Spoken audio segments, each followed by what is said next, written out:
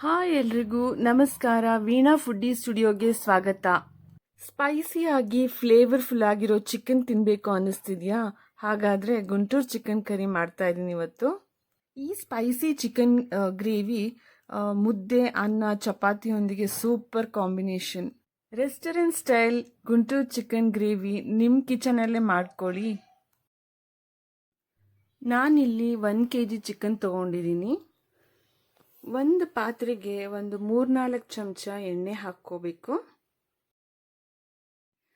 ಸ್ವಲ್ಪ ಕರಿಬೇವು ಹಾಕ್ಕೊಂಡು ಒಂದು 10 ಗುಂಟೂರು ಮೆಣಸಿನ್ಕಾಯಿ ಹಾಕೋತಾ ಇದ್ದೀನಿ. ಇದಾದಮೇಲೆ 1-2 ಸಣ್ಣಗೆ ಹೆಚ್ಕೊಂಡಿರೋಂತಹ ಈರುಳ್ಳಿನೂ ಸಹ ಹಾಕ್ಕೊಂಡು ಚೆನ್ನಾಗಿ ಫ್ರೈ ಮಾಡ್ಕೋತಾ ಇದ್ದೀನಿ.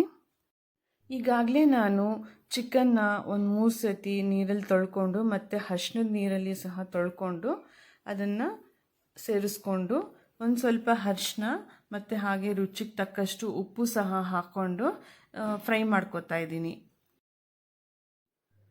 ಉಪ್ಪು ಚೆನ್ನಾಗಿ ಚಿಕನ್ಗೆ ಹಿಡಿಬೇಕಲ್ವ, ಹಾಗಾಗಿ ಚೆನ್ನಾಗಿ ಫ್ರೈ ಮಾಡಿಬಿಟ್ಟು ಒಂದು ಪ್ಲೇಟ್ ಮುಚ್ಚಿ ಸ್ವಲ್ಪ ಹೊತ್ತು ಬೇಯೋದಕ್ಕೆ ಬಿಟ್ಬಿಡೋಣ. ಈಗ ಚಿಕನ್ ಗ್ರೇವಿಗೆ ಒಂದು ಮಸಾಲೆ ರೆಡಿ ಮಾಡ್ಕೊಳ್ಳೋಣ. ಇದಕ್ಕೆ ನಾನು 1-2 ಸ್ಪೂನು ಧನಿಯಾ ಕಾಳು, 1-2 ಚಕ್ಕೆ, 1-2 ಲವಂಗ, 10 ಗುಂಟೂರು ಮೆಣಸಿನ್ಕಾಯಿ, 1 ಸ್ಪೂನು ಜೀರಿಗೆ ತಗೊಂಡಿದ್ದೀನಿ. ಚಿಕನ್ನ ಒಂದು ಸತಿ ಫ್ರೈ ಮಾಡ್ಕೊಳ್ಳೋಣ. ಈಗ ಪ್ಲೇಟ್ ತೆಗೆದು ಚಿಕನ್ನ ಒಂದು ಸತಿ ಮಿಕ್ಸ್ ಮಾಡ್ಕೋತಾ ಇದ್ದೀನಿ.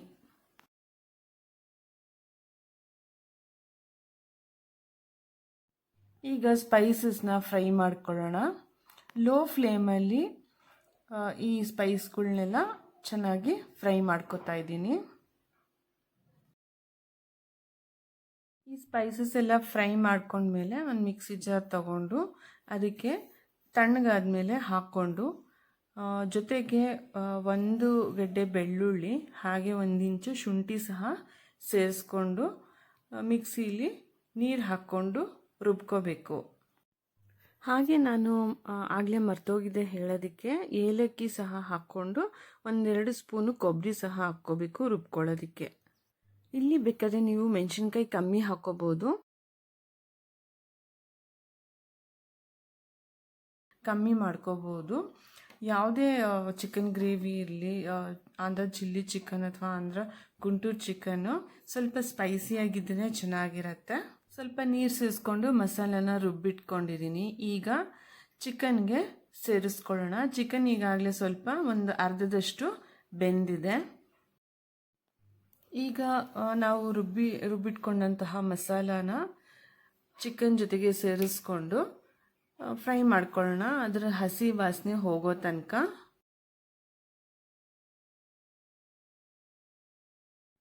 ನಮ್ಮನೇಲಿ ಸ್ವಲ್ಪ ಗ್ರೇವಿಗಳೆಲ್ಲ ಸ್ಪೈಸಿಯಾಗಿ ಇಷ್ಟಪಡ್ತೀವಿ. ನೀವು ಹೇಗೆ, ನಿಮ್ಮ ಮನೇಲಿ ಹೇಗೆ ಇಷ್ಟಪಡ್ತಾರೆ ಕಮೆಂಟ್ಸಲ್ಲಿ ತಿಳಿಸ್ತೀರಲ್ವಾ?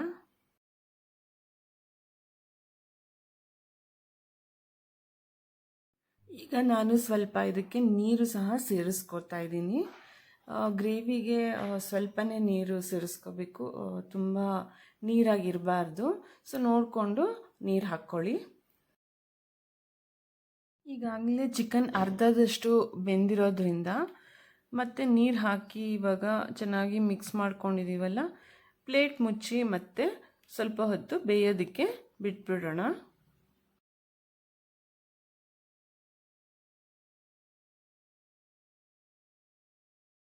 ಮನೇಲಿ ಯಾರಾದರೂ ಎಸ್ಪೆಷಲಿ ಮಕ್ಕಳೇನಾದರೂ ರೆಸ್ಟೋರೆಂಟ್ ಸ್ಟೈಲ್ ಚಿಕನ್ ರೆಸಿಪೀಸ್ ಕೇಳಿದರೆ ನೀವು ಇದನ್ನು ಆರಾಮಾಗಿ ಮಾಡಿಕೊಡ್ಬೋದು.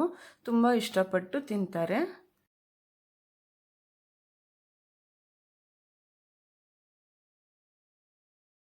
ನೋಡಿ, ಇವಾಗ ಒಂದು 10 ನಿಮಿಷ ನಾನು ಚಿಕನ್ನ ಮತ್ತೆ ಬೇಯಿಸ್ಕೊಂಡಿರೋದ್ರಿಂದ ಚೆನ್ನಾಗಿ ಬೆಂದಿದೆ.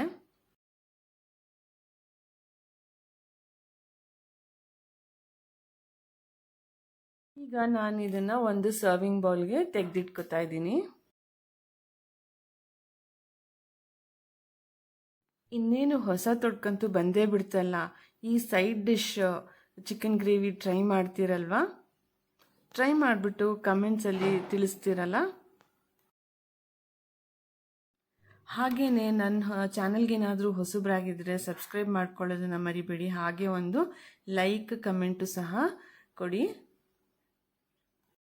Thanks for watching. ಮತ್ತೆ ಮುಂದಿನ ರೆಸಿಪಿಯೊಂದಿಗೆ ಭೇಟಿಯಾಗೋಣ.